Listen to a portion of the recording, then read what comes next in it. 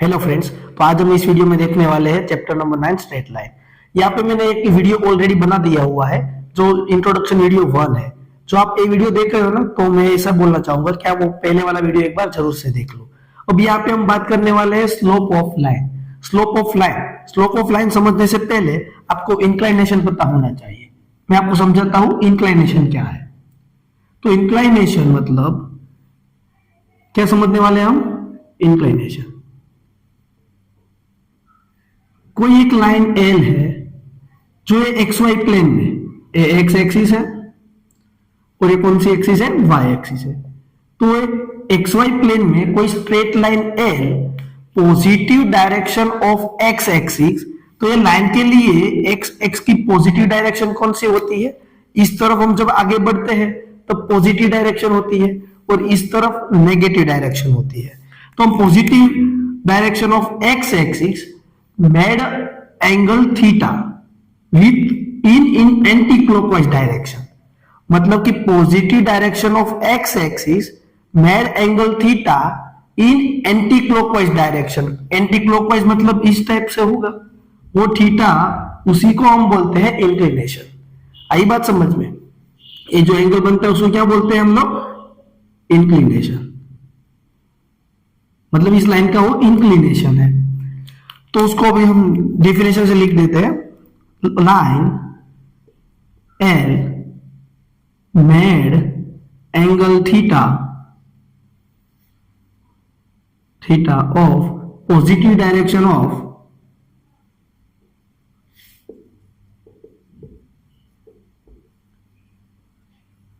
X axis in anti clockwise. वो बात याद रखना, एंटी क्लॉकवाइज ही लेना है, क्योंकि पॉजिटिव डायरेक्शन तो ये है तो आप ए बी एंगल ले सकते थे, लेकिन वो क्या हो गया? क्लॉकवाइज डायरेक्शन हुआ। वो नहीं कंसीडर करेंगे हम x axis in anti clockwise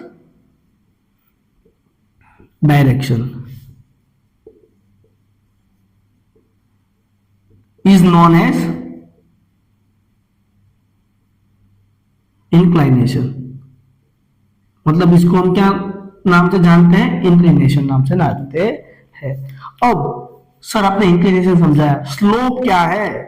तो उसी से स्लोप बनता है। तो कि हम स्लोप को डिनोट एम से करते हैं, मतलब कि slope of line L is m. लेकिन एम क्या है? तो कि m is defined as tan theta. मतलब कि एम स्लोप है इस लाइन का। एम क्या है? स्लोप है। लेकिन वो स्लोप किसका है? तो कि लाइन एल का, जो इंक्लिनेशन को आप टेन फंक्शन अप्लाई करते हो और जो आपको स्लोप मिलता है उसी को, सॉरी, जो आपको एम मिलता है उसी को स्लोप बोलते हैं। ऐसे एग्जांपल लेते हैं तो ज्यादा समझ में आएगा। मैं यहां पे आपके सामने 3-4 क्वेश्चन लेने वाला हूं जिससे मैं आपको थोड़ा ज्यादा विजुअलाइज करवा पाऊं। यहाँ पे एक लाइन एल है जो मैं भी सब कुछ एक्स फर्स्ट क्वाड्रेंट में ले रहा हूं, तो ये समझना है हमें इसलिए। बाकी ये कहीं पे भी लाइन हो सकती है, कुछ भी डायरेक्शन में। अगर ये थीटा है ना, वो 30 डिग्री है, मतलब इंक्लिनेशन इस लाइन एल का क्या है? 30 डिग्री। तो क्या मुझे आप इस लाइन का स्लोप फाइंड करके दे सकते हो? आप बोलोगे बिल्कुल सर, अभी आपने बताया कि m is equal to, m क्या है? स्लोप है, स्लोप ऑफ लाइन एल। वो क्या है? tan theta. थीटा तो आपने सब दे दिया है ना, 30 डिग्री। तो 30 डिग्री स्लोप नहीं है, 30 डिग्री इंक्लिनेशन है। स्लोप क्या है? tan 30 की जो वैल्यू मिलती है वो कितनी है? 1/√3। तो इस लाइन का slope m is equal to 1/√3 है। आई बात समझ में? अभी मैं और 3-4 केस ले रहा हूं, आपको ऑब्जर्वेशन करना है और मैं आपको ऑब्जर्वेशन से बताऊंगा कि आपको स्लोप देख के पता चल जाएगा लाइन किस टाइप की होगी। अगर हम बात करते हैं, कोई भी लाइन है वो हॉरिजॉन्टल लाइन है। हॉरिजॉन्टल लाइन मतलब कि एक्स एक्सिस के साथ पैरेलल है ना। हम एंगल किस तरह से मेजर करते हैं? Positive direction of x axis से ऊपर की तरफ एंगल मेजर करते हैं। तो यहां पे मैं कोई लाइन एल ले रहा हूं, तो अब देखो इस लाइन, कोई भी स्ट्रेट लाइन इधर से इधर है, इसका एंगल कितना होता है? थीटा, 0। एंगल कितना होता है? जीरो होता है ना बच्चा, यस। तो इधर एंगल जीरो है, तो मुझे आप इस लाइन का स्लोप बता सकते हो? तो आप बोलोगे बिल्कुल sir, m is equal to क्या होता है, टेन थीटा। इधर आपने थीटा है ना, इंक्लिनेशन वो 0 डिग्री है। कोई भी लाइन एक्स एक्सिस के साथ पैरेलल हो, उसका ऑलवेज एंगल कितना होता है, 0 होता है। तो m is equal to tan zero, tan zero की वैल्यू कितनी है, 0 है, बिल्कुल। तो इस लाइन का स्लोप 0, मतलब कि एक्स एक्सिस के साथ कोई भी पैरेलल लाइन ले लो आप, ऊपर या नीचे, एक्स एक्सिस के अबव या बिलो, स्लोप इज ऑलवेज 0। अब मैं आपको एक और बात बताना चाहता हूं, यहां पे थीटा की एक कंडीशन भी है जो एमसीक्यू में आ सकता है कि इंक्लिनेशन है वो मिनिमम कितना हो सकता है। तो देखिए आप इस लाइन को ध्यान से देखना, मैं अभी आपको दिखाता हूं। ये लाइन एल है, वो मैक्सिमम मिनिमम कितना हो सकता है, ए देखो देखो देखो 0 हो गया ना, 0 से नीचे तो जाएगा नहीं। अगर जाए 0 से नीचे तो हम ऊपर वाला एंगल कंसीडर करने वाले हैं, नीचे वाला नहीं करेंगे, एंटी क्लॉकवाइज बोला है इधर, है ना, यस। तो मिनिमम उसकी वैल्यू कितनी हो सकती है, 0 हो सकती है। और मैक्सिमम कितनी हो सकती है, तो आप बोलोगे सर मैक्सिमम चलो चलो ये 90 डिग्री हो गया और ये 180, पर आप 180 बोल रहे हो ना, तब मैं बोलूंगा उस हम 180 कंसीडर नहीं करेंगे बच्चे लोग। क्यों? क्योंकि यहाँ पे 0 डिग्री बन जाता है। जब आप 180 बोलते हो तो क्या 0 डिग्री नहीं आ गया, एंगल 180 है या 0 दोनों सेम हुआ ना, तो 180 भी हम कंसीडर नहीं करेंगे, क्योंकि 180 के टाइम हम कौन सा एंगल कंसीडर कर लेंगे, 0 वाला। इधर जैसे ही 180 बना तो हम 0 एंगल ही कंसीडर कर लेंगे, positive direction of x axis से। बात क्लियर हुआ? तो इंक्लाइनेशन जो है ना वो 0 से लेके 180 के बीच में ही लाई करेगा, और स्लोप का फॉर्मूला ये रहेगा, m is equal to tan theta. Okay, अब मैं कोई और लाइन ड्रॉ करता हूं इस टाइप के, तो आपको समझा पा सकूं। अब मैं एक वर्टिकल लाइन ले रहा हूं, जैसे हॉरिजॉन्टल लाइन लिया था मैंने, वैसे ही अब मैं कौन सी लाइन ले रहा हूं, वर्टिकल लाइन। ये वर्टिकल लाइन एल है, क्या है, एल, यस। तो वर्टिकल लाइन एल है, तो यहां पे स्लोप थीटा कितना होता है, इंक्लाइनेशन 90 डिग्री। लेकिन आपको पता है m is equal to 1090, 1090 undefined है ना, 1090 क्या है, अनडिफाइंड, मतलब कि नॉट डिफाइन आएगा, नॉट डिफाइंड, मतलब कि y एक्सिस के साथ पैरेलल या तो y एक्सिस उसका स्लोप नॉट डिफाइंड है, याद रहेगा। क्यों? क्योंकि 10 जो है ना वो 90 डिग्री पे उसकी वैल्यू 1/0 होता है, साइन बाई कोस होता है ना, तो साइन 91 होता है, कोस 90 0 होता है, इसलिए अनडिफाइंड रहता है। तो आप ऑब्जर्व करना है सब कुछ मैं क्या कर रहा हूं। ओके, अब लास्ट केस लेने वाला हूं मैं।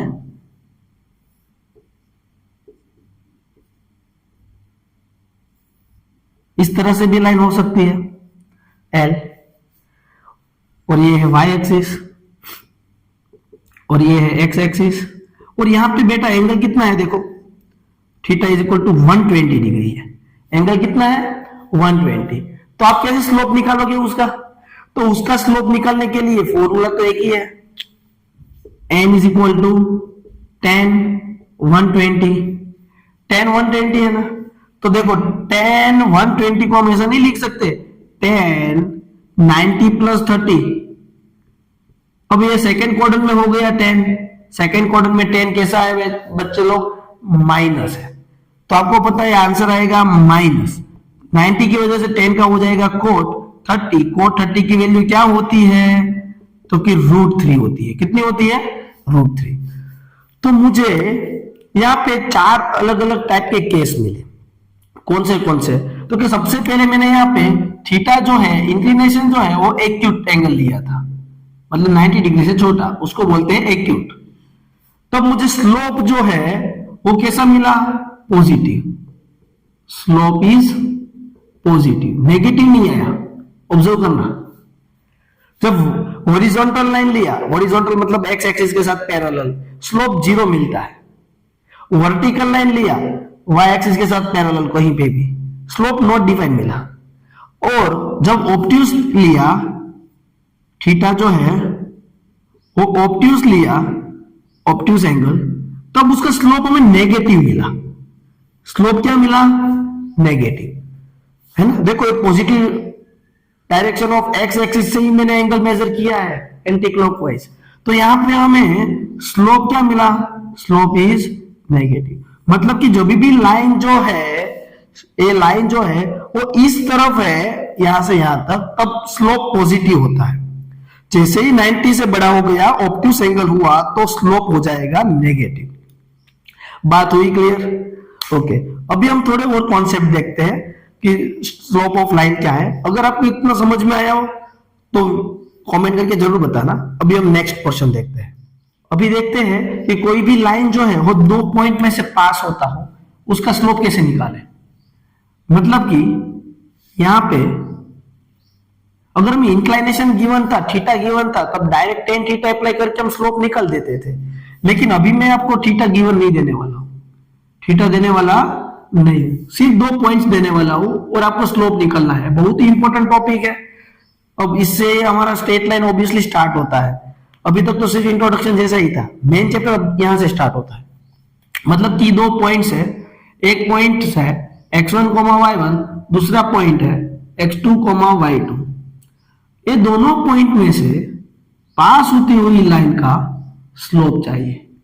अब आप बोलोगे सर स्लोप तो ऐसे ही डिफाइन किया था tan थीटा, तो यहां पे 2 पॉइंट्स है तो tan थीटा कैसे निकाले?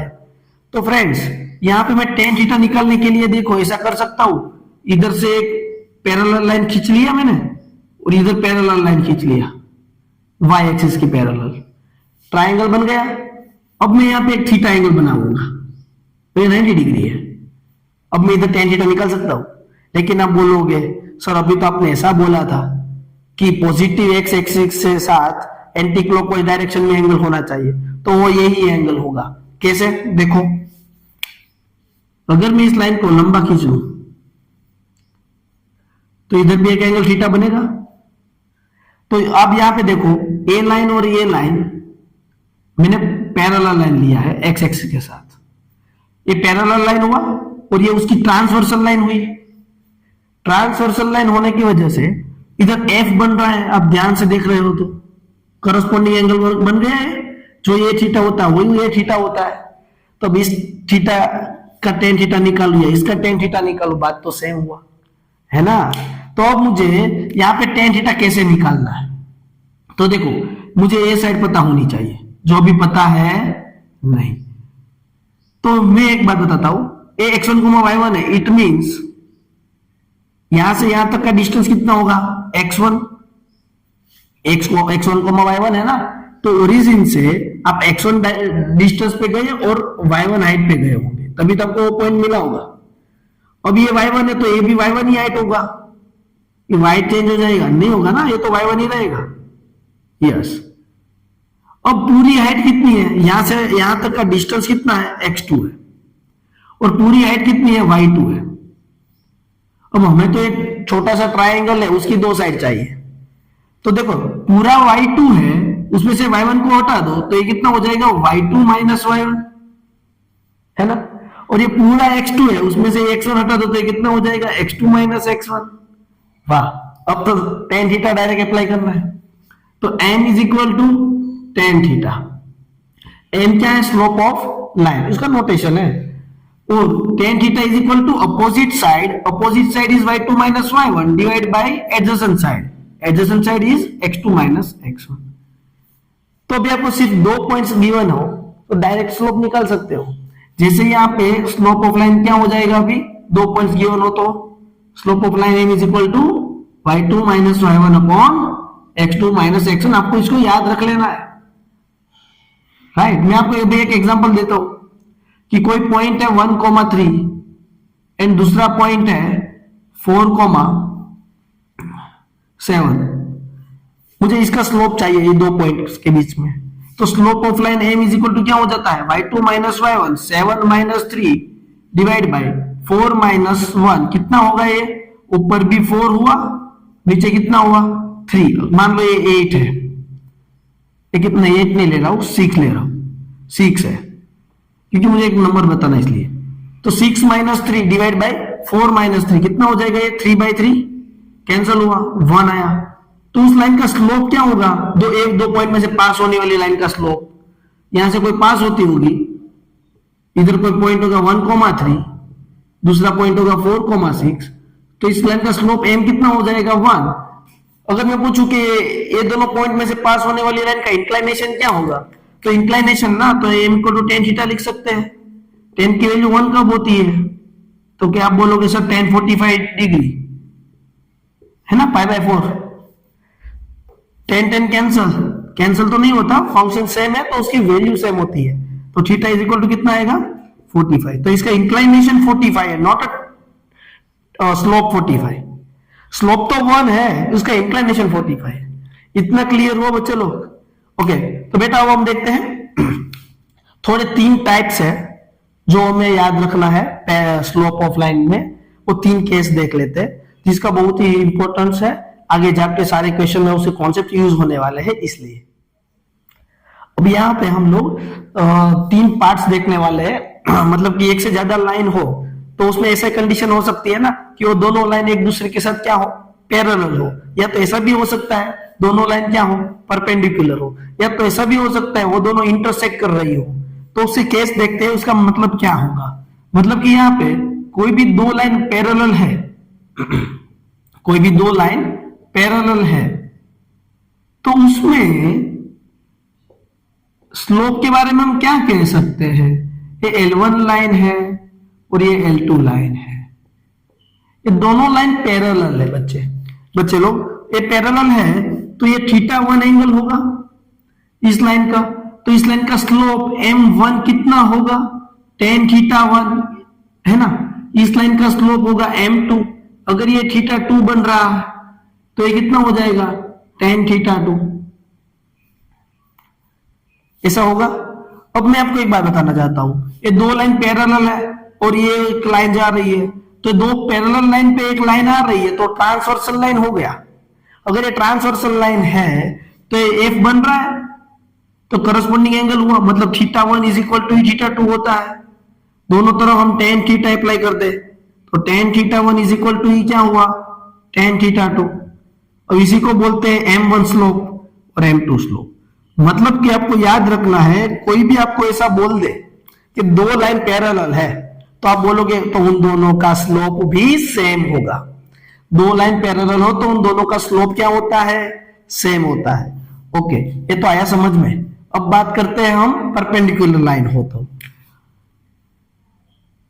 तो ये y एक्सिस है, सिंपल से ये वो ऐसा कुछ हार्ड है नहीं इसमें, और ये x एक्सिस है। अगर इधर कोई लाइन L1 है जो परपेंडिकुलर है दूसरी लाइन L2 के साथ, L2 के साथ क्या है वो परपेंडिकुलर है, इस लाइन का जो भी इंक्लाइनेशन होगा θ1 तो उसका स्लोप m1 कितना होगा tan θ1 होगा। अब दूसरी लाइन का स्लोप क्या होगा, तो उस लाइन को हमें लंबा खींचना पड़ेगा ना अभी, क्योंकि positive direction of x axis के साथ जो भी इंक्लाइनेशन हो रहा है उसी का tan थीटा लेना होता है। तो इसका स्लोप हुआ m2 जो कितना होगा tan θ2। इतना तो आप सभी को क्लियर है। अगर यहां पे आपको ये भी मालूम है कि एंगल कितना बन रहा है 90 डिग्री बन रहा है, कितना बन रहा है 90। तो देखो एक ट्राइंगल दिख रहा होगा आप सभी को, और ये ट्राइंगल है उसमें ए दोनों एंगल का ए एक्सट्रीयल एंगल हुआ, तो आपको एक रिलेशन पता है ना कि 2 एंगल का sum 90 plus θ1 is equal to exterior angle होता है θ2। 9th स्टैंडर्ड में आप लोग पढ़ के आ चुके हो कि 2 एंगल का सम एक्सट्रीयल एंगल से इक्वल होगा। अब हमें यहाँ पे tan थीटा के साथ काम है तो मैं both the side tan apply कर रहा हूं। क्या कर रहा हूं, tan थीटा अप्लाई कर रहा हूं। तो tan 90 plus θ1 is equal to tan θ2, ऐसा होगा। अब 90 प्लस θ1 तो सेकंड क्वाड्रेंट हुआ, कौन सा क्वाड्रेंट हुआ सेकंड, और सेकंड में tan कैसा है, सेकंड में tan तो नेगेटिव है और tan का क्या हो जाएगा कोट, क्योंकि 90 डिग्री एंगल है tan θ2, ऐसा होगा। अब इसको 1/tan θ1 लिख सकता हूं मैं,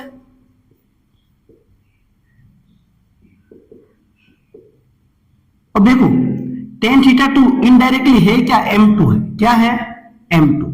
अब ये tan थीटा 1 यहां मल्टीप्लाई में जाएगा तो m1 बनेगा। तो दोनों स्लोप का मल्टीप्लीकेशन -1 होता है, तो हम क्या कह सकते हैं कि L1 एंड L2 क्या हो गई, L1 एंड L2 क्या होगी, perpendicular to each other. if the product of slope is -1 then L1 and L2 is perpendicular to each other, है ना। अगर दोनों का स्लोप का प्रोडक्ट -1 हो रहा है तो दोनों लाइन क्या हो जाएगी एक दूसरे के साथ, परपेंडिकुलर। इतना तो आई थिंक समझ में आ गया होगा। अब बात करते हैं कि चलो 90 डिग्री नहीं बन रहा, परपेंडिकुलर पे इंटरसेक्ट नहीं कर रहा, तब क्या होगा। तब भी कुछ रिलेशन है, वो देख लेते हैं। ये है y एक्सिस और ये है x एक्सिस। एक लाइन है जो है L1 जिसका एंगल बन रहा है θ1, तो उसी का स्लोप हो जाएगा tan θ1। ये तो आप सब लोगों को अभी पता ही चल चुका है कि क्या होने वाला है। उसके बाद दूसरी लाइन है L2 लाइन, तो उसका इंक्लाइनेशन है θ2, तो उसी लाइन का स्लोप m2 क्या हो जाएगा tan θ2। अब यहां पे कोई एंगल अल्फा बन रहा है, क्या एंगल बन रहा है, अल्फा। तो यहां पे इन दोनों का ट्रायंगल दिख रहा है ना आप सभी को, तो ये दोनों का एडिशन उसका एक्सट्रीम एंगल कौन सा है, θ2, उसके इक्वल होगा। यस, तो alpha plus θ1 is equal to θ2, 9th standard का कॉन्सेप्ट है। तो मुझे यहां पे अल्फा को सब्जेक्ट बनाना है, तो अल्फा इज इक्वल टू क्या हो जाएगा, θ2 माइनस θ1 होगा। अब मैं हमारे पास यहाँ पे tan थीटा ही तो है, तो मैं tan फंक्शन अप्लाई कर रहा हूं, तो tan alpha is equal to क्या हो जाएगा, tan θ2 माइनस θ1। अब tan अल्फा माइनस बीटा का फॉर्मूला सिंपल है, क्या है, tan θ2 minus tan θ1 divide by 1 plus tan θ2। Chapter number 3 याद है ना, 11th स्टैंडर्ड। या तो इधर हुआ है, तो यहां पे आप लोग बोलोगे कि सर tan θ2 है उसको हम लिख सकते हैं m2। मैं बोलूंगा यस बिल्कुल लिख सकते हो। तो आप क्या लिखोगे यहाँ पे, m2 minus m1 divide by क्या हो जाएगा, 1 प्लस m1 इंटू m2। अभी आपको यहाँ पे ये फॉर्मूला मिल चुका है, लेकिन हम एक बात खास ध्यान रखेंगे कि ये जो आंसर ना वो पॉजिटिव ही कंसीडर करेंगे, नेगेटिव बिल्कुल नहीं कंसीडर करेंगे। क्यों पॉजिटिव कंसीडर करेंगे, तो कि यहाँ पे जब भी दो लाइन इंटरसेक्ट करती है तो दो एंगल्स बनते हैं, एक ये अल्फा बनता है और ये दूसरा एंगल भी बनता है, लेकिन दोनों में से एक एक्यूट होगा और दूसरा ऑब्ट्यूस होगा। अगर दोनों एंगल सेम है तो परपेंडिकुलर हो जाएगा, 180 का सेम एंगल 90 होता है ना। अगर वो एक्यूट एंगल बन रहा है, वो एंगल यहाँ पे आपको मिलेगा। कौन सा एंगल मिलेगा, एक्यूट एंगल वाला। अगर ये लाइन जो है वो इस तरह से होती तो आपको ये वाला एंगल मिलता, ये नहीं मिलेगा। क्यों, क्योंकि वो 90 से बड़ा है, ऑब्ट्यूस है। और आपको एक बात बताऊंगा मैं, अगर ये एंगल मिल चुका है तो आप ये निकाल सकते हो, टोटल एंगल 180 होता है, 180 में से अल्फा को माइनस कर देना, है ना। तो फ्रेंड्स आपको वीडियो अच्छा लगा हो तो लाइक जरूर करो, चैनल को सब्सक्राइब जरूर करो। अब नेक्स्ट एग्जांपल सारे हैं वो हम नेक्स्ट वीडियो में देखेंगे। अगर आपको थियरी वाले पोर्शन में मजा आया हो, सारे कॉन्सेप्ट क्लियर हुए हो, तो चैनल को सब्सक्राइब करो और नोटिफिकेशन को ऑन रखो, जैसे मैं वीडियो अपलोड करूंगा आपको इजीली वीडियो मिल जाएगा देखने को। Okay, thank you friends.